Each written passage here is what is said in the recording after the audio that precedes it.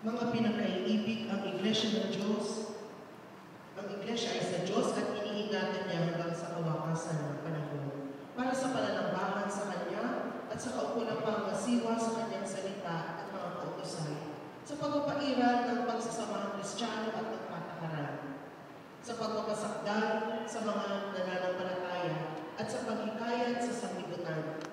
Ang lahat sa bawat panahon at lugar ay nasa pangailangan ng mga pamaraan ng biyaya na ang Iglesia lamang ang tanging makatutugon.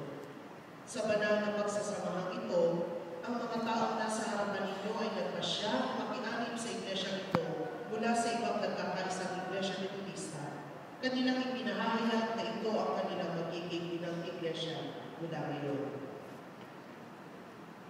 Meron ako itatanong sa inyo dahil hindi ka kayo sa church. Hindi ko sabihin ang inyong buong pagiging kahalig ngayon ay wala na sa inyong dating iglesia, kundi hindi na po sa sentral. Dahil kayo ngayon ay hindi na, meron na kayong karapatan sa lahat ng bagay, maging kayo yung maging mga opisyalis ng iglesia ito. Ngayon, bilang mga anim na pangkarap ng Iglesia ng Diyos, kayo ba ay magiging tapat sa nagkaisang Iglesia Metodista at inyong gaganapin sa pagitan ng inyong lakas at ministeryo ito? Lakasan ninyo. Baka napipilipan kayo. Bilang mga lumilipad ng mga anim sa nagkaisang Iglesia Metodista ng Sentral, kayo ba ay makikibahagi na may katapatan lahat sa lahat ng gawain ng programa ng Iglesia ito sa pamagitan ng pananalangin, ng inyong pagdalo, ng inyong pagbibigay ng handog at kapo, at ng inyong paglilingkod. Ang gawin niya, gawin ng Diyos. Tumulo kayo. Ang Panginoon ay mag-iingat sa inyo sa pamagitan ng kanyang biyaya mula sa kalangitan at ang kanyang Espiritu kapag tibayin kayo sa pananampalataya at pakikisama sa lahat ng mga tunay na mga lagal ni Jesus Cristo. Amen. Ang kayo tumayo. Nagagalak kami na kilalanin kayo ng mga kahanin na nagkaisang Iglesia Metodista ng Central United Methodist Church. At tinatanggap namin kayo sa lahat ng mga karapatan at pagiging kaanib at tanda ng ating pag-iibigang magkakapatid. Naabot po namin ngayon ng aming mga kamay.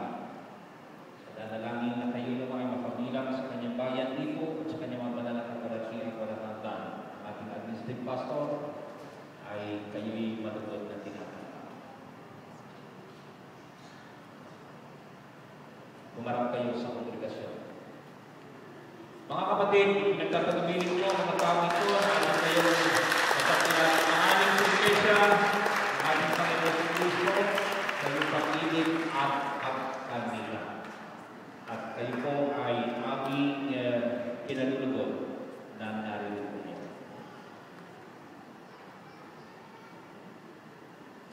Dahil dyan, narinig po ang inyong sertipiko ng inyong paglipat.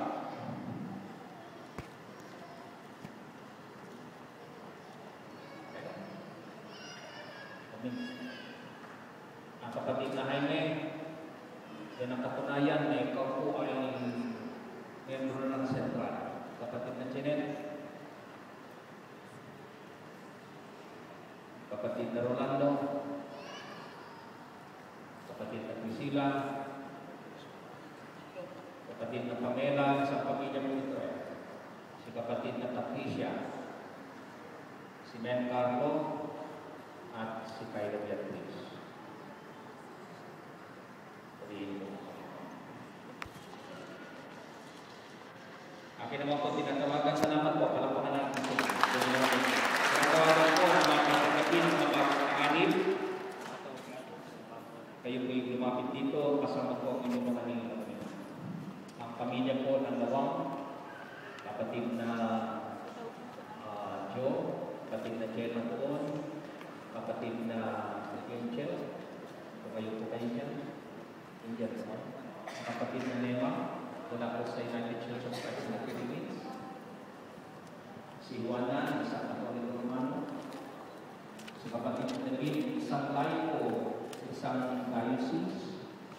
Ito kayo. Lahat po ng ninang po kayo sa kanilang Israel.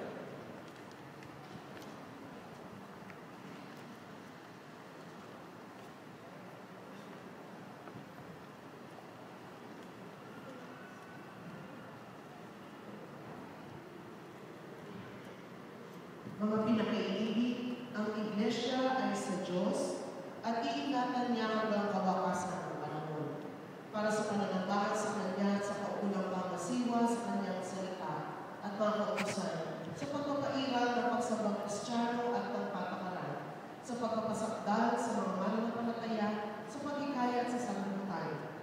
Ang lahat sa bawat panahon at lugar ay nasa pangailangan ng mga pamamaraan ng biyaya na ang Iglesia lamang ang tanging makapagtuturo.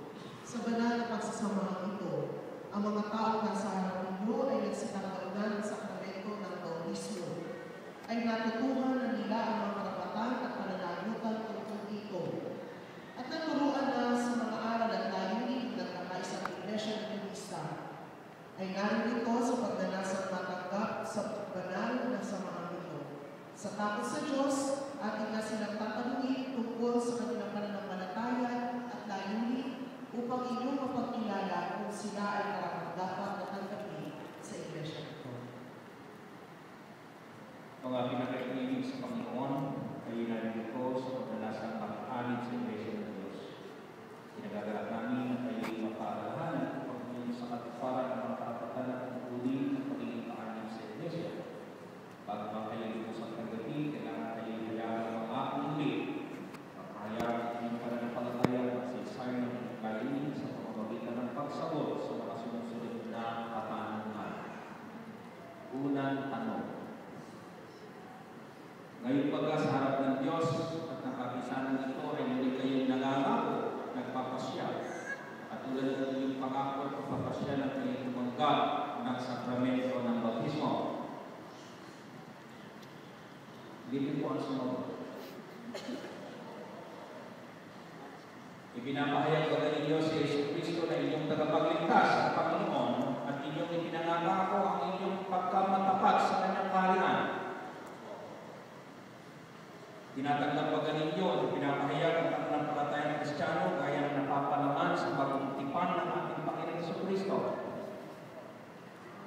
Magtatapat ba kayo sa nagkaisang Iglesia Metodista at itatagulin ito sa pagitan ng inyong pagdalangin, pagdalo, hindi na kayo absent, ha?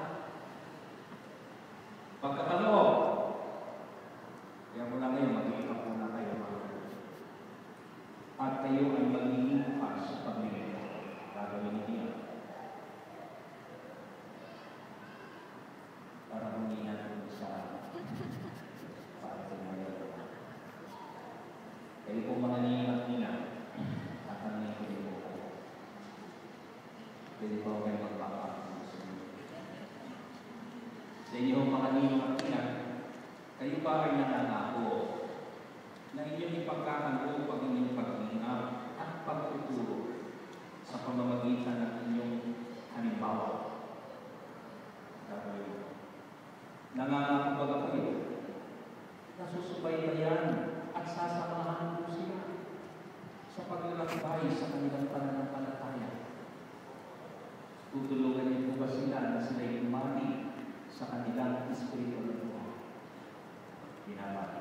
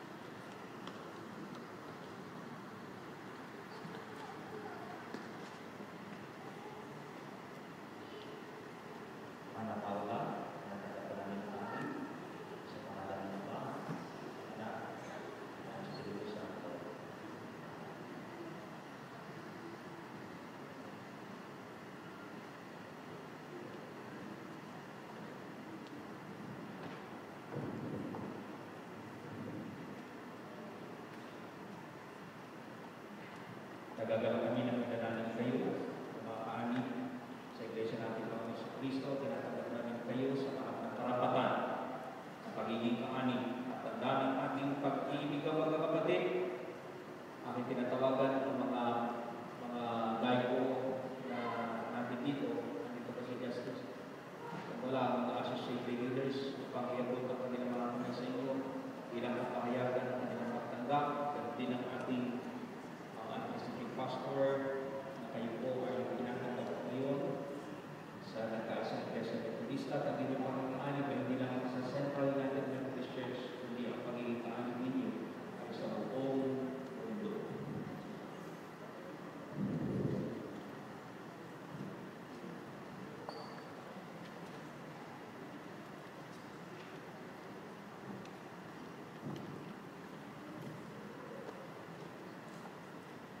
Dahil yan, tanggapin po ninyo ang inyong sertipiko, inyong pagkatanggap, patunayan po na kayo ay miyembro ng Iglesia ito, panakit po ang inyong membership manual, at ganun din po ang ibibigay sa inyo ng inyong ninang-ninong na isang Biblia at isang upper room disciplines para sa inyong pag-aaral at pagpapaglago ng inyong spiritual na buhay. Kapatid na tema, papirmahan ninyo ang inyong mga ninang-ninong para yung makimpin nila, hindi nila makalimutan.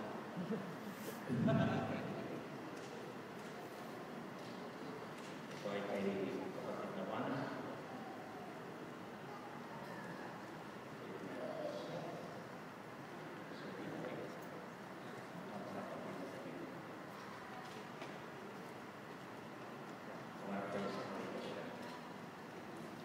Mga kapatid, tumayo po kayong lahat at ating pong at ating pong tanggapin sa bagong kaanin na nagkaisang Methodista ang mga pamilya ito. Purihin ang Diyos!